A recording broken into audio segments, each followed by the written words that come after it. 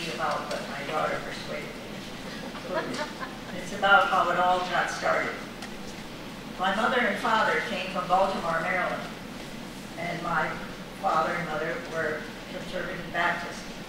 And they moved to a small New England town called Cheshire, Connecticut, which was, of course, founded by the Pilgrim Fathers. And the church there sort of framed the whole town as a large, white, beautiful congregational church with a huge parsonage and a beautiful green. And the minister there was a wonderful elderly minister by the name of Reverend Roland Bainton. And his son was a theologian at Yale. Well, and I must say something else too, that before Reverend Bainton was there, I read about this in the history book, there was a minister who preceded him who had been fired because one of his congregation found him praying with his eyes open. And I often thought, how did they find out he had his eyes open? Anyway, my mother and father moved to this small town the day before Thanksgiving. And on Thanksgiving, Reverend Bainton came and called on them to welcome them to the new town and invite them to the congregational church. And my mother and father were really impressed and thought much of him, but they weren't theologically inclined. And then the Christmas holidays came, and he came once again because my mother and father were far away from their home. And then on Christmas Day, Reverend Bainton came to see them after he had been into Yale, which in those days was quite a trip, to see them. And my mother and father were really impressed, but still, they had their thoughts. My brother was 5 and I was about 2. And Reverend Bainton, as I said, was an older man and bald, and he leaned down to tie his shoe. And my brother had gotten a bow and arrow set that was a suction cup type. And when Reverend Bainton straightened up, there was the arrow. And my mother and father became instant congregationalists. So I grew up in that small church, and it was the center of my life. Church school was where I met a lot of my friends, and I had Sunday school teachers that had a big impact on my life. I was in the choir from the time I was in 2nd grade, and it was there that I became involved with Larry. He was the president of the Youth Fellowship, and his story is that he became involved with me because whenever he had the meeting, I was always talking, so somehow he had to shut me up.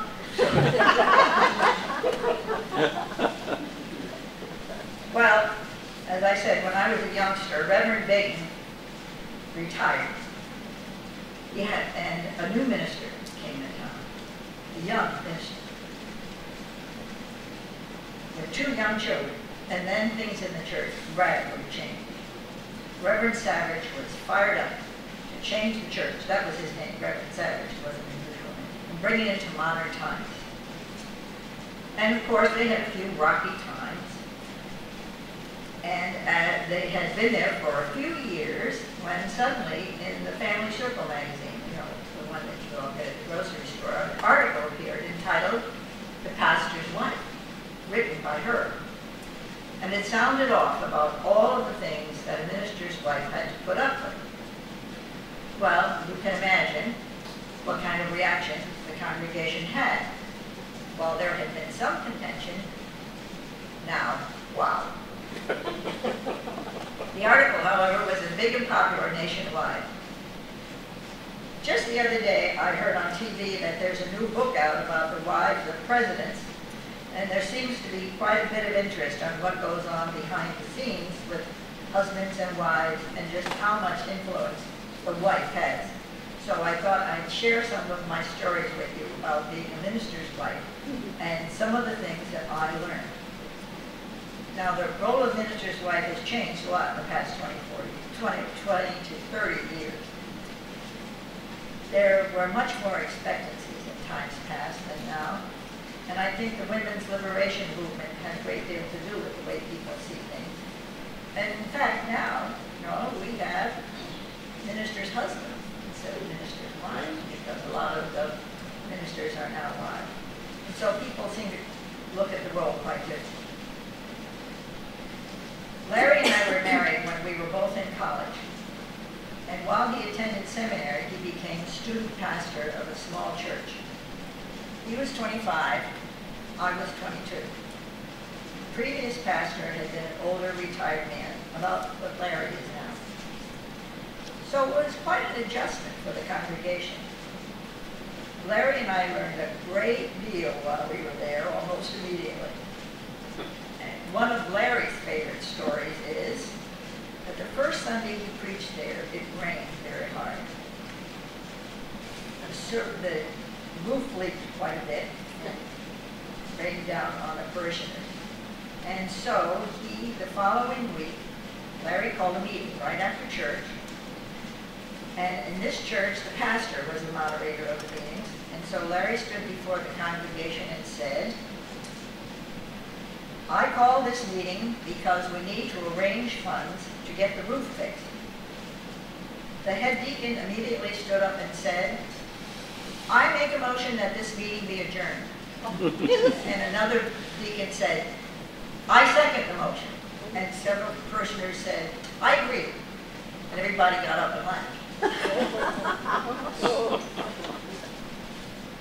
So we learned from this that if you want something done in a congregation, first you have to go through the church people, and secondly, you get a lot done, a lot of groundwork done before. The parsonage of this church was about a block away. It was a huge, old, beautiful home. But it was in need of a lot of repair because it was a small congregation. The living room ceiling had a huge bulging. And we were afraid that someday it would collapse. Bonnie was about 2. And we were worried that one of the children would be hurt. And no matter how much we complained or sought help from the trustees, they would come in and say, no, that's going to last. That's fine. Don't worry. Well, the parsonage was really not the church, not our parsonage, not our home, but it was the church's. And it was a place where they had a lot of scheduled meetings, so they could save money on the utilities in the church. The Women's Missionary Committee met in the parsonage every month. I was the only one, I'm not kidding, under 80 on the missionary committee. And remember, I was in my 20s. They met there for their meetings, and while all of the ladies were seated in the living room one day, the ceiling really just suddenly collapsed. Oh. We were indeed fortunate that nobody was hurt. Now, some of the ladies claimed that the pastor was upstairs jumping up and down. That wasn't true. But the next morning, the classrooms were there. I always thought maybe it was the previous pastor who had passed away. Maybe his ghost was up there. When we moved to our second church, the parsonage was right next door to the church, so we had no privacy. Meetings were regularly scheduled, and there was no need to consult the pastor for permission because the parsonage belongs to the church. At that church, there was one woman member who was very active in the church, and for one reason or other, she came to the parsonage very often, and she never, ever felt the need to knock or ring the bell. She just walked in because she felt this was her house. On one occasion, she walked in, and Larry was coming downstairs, putting on his shirt. So he was a bit surprised and affronted, and he said, Janet, please, knock before you come in. You know, someday you might come in and find me in my underwear. Well, her reply was, oh, for heaven's sake, so what? I wouldn't mind. I've seen men in their underwear before. We thought this was God's way of giving us a message. That if we wanted to have some independence and privacy, we had to purchase our own home and move away a little bit. One of the things that I always looked forward to in those days was the annual Ministers' Wives Conference. It was a 2-day affair held at a camp place in which all the ministers' wives from the state would get together and have the opportunity to relax, share a few stories, hear an inspirational story, and vent. One year, we were all asked to recite our favorite Bible passage. One of the women stood up and said her favorite Bible passage was, "And it came to pass," and we waited for her to finish, and she said, "No, that was it." She said, "When things with her kids, her husband, or the church got just too much, she remembered it will come to pass. It won't last forever. Have patience, seek God's strength, and even when life was good, when something wonderful happened, when she felt really loved, she also remembered it will come to pass. So enjoy every bit of it. It's one of God's great gifts." So that was one of the greatest truths that I've ever learned, and I'll always treasure it, and so that's something I learned I'll pass along to you. As a minister's wife, one of the Bible passages that always bothered me was one by St. Paul, that women should be silent in the churches. And I was often reminded of that. Well, once Larry and I were invited to a bar mitzvah in a very conservative synagogue.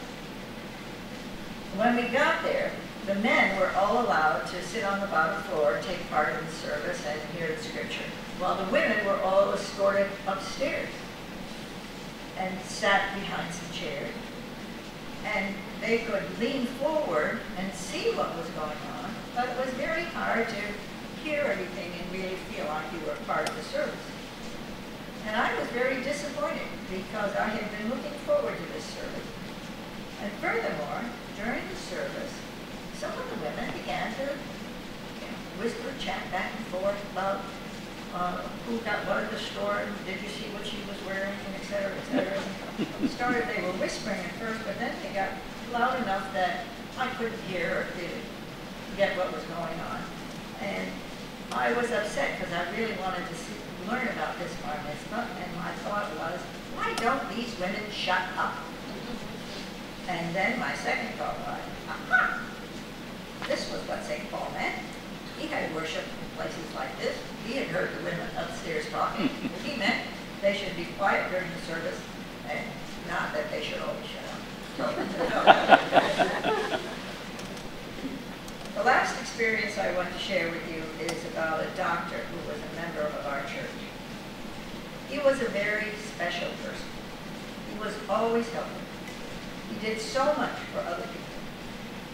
He was a member of our Bible study group, where we always started the Bible study with a prayer for others in the church. And he also always attended Larry's weekly healing services. Late in life, he developed a cancer, but he would never allow us to pray for him at Bible study or in the prayer service. This was a big blow to many people, especially those he had helped and he had prayed for. What I learned from this experience is that although we are taught it is more blessed to give than to receive, it's still blessed to receive. For in receiving, we really give. He had so many friends who wanted to pour out their love to him, and it hurt them very much that he would not receive. So this is something that I would really pass on to you, especially this group of people who are great givers. Giving and receiving are circular. Open yourselves up to the gift of God and from others.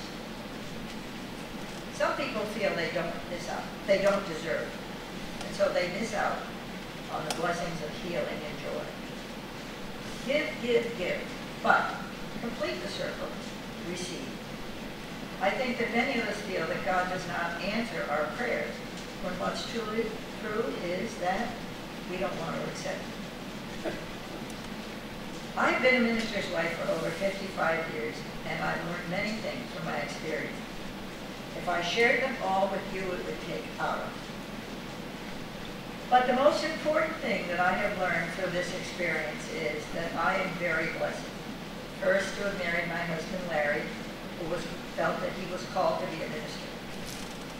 I said, we've been married, this year will be our 59th anniversary. And secondly, to have spent my life as a minister's wife has been an unmeasurable blessing. I have been involved with churches that are truly trying to follow God's direction. And I've learned that God is still speaking, and that God speaks in surprising ways, and that God really needs the church. Ministers and ministers' wives come and go, but the church is the anchor that counts. And in truth, you are the real minister's wives, and the real minister's husband. It is the congregation that's important. You are the ones who do what counts.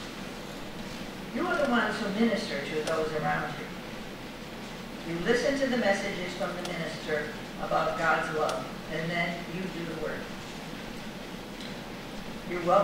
You minister to others in countless ways. You welcome friends, you visit them, you listen to them, you give them importance, you invite them to your table, you give them joy bags, care for them when it's needed, give of your money to make it possible for God's work to be continued to be spread. You provide food for those in need, and your time and your money for mission work in this town and in the country and abroad. I'm certain that all of you have a funny story also about life and how it involves the church. That's why God gave us all a sense of